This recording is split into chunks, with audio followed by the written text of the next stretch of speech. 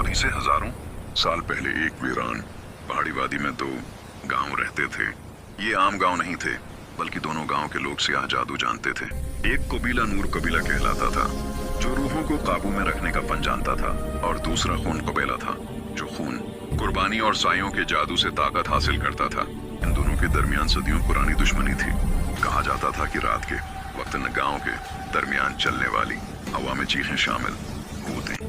लोग सूरज ढलने के बाद दरवाजे बंद कर लेते, क्योंकि जो बाहर रह जाता वो कभी वापस नहीं आता था।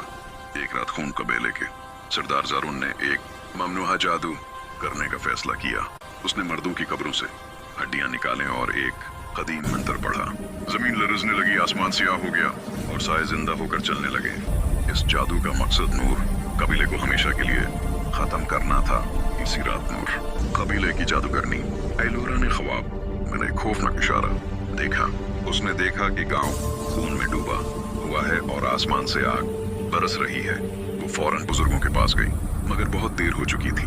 खून कबीले के साए नूर कबीले पर टूट पड़े। लोग चीखते रहे, मगर आवाजें अंधेरे में दफन हो गईं। जो मारे गए वो मरकर भी न मरे, उनकी रूहें कैद हो गईं और वो बेजान आंखों के साथ दोबारा उठ खड़े हुए।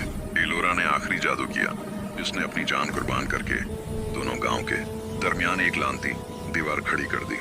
एक जोरदार धमाके हुआ और दोनों गांव जमीन में धंस गए। हर चीज खामोश हो गई।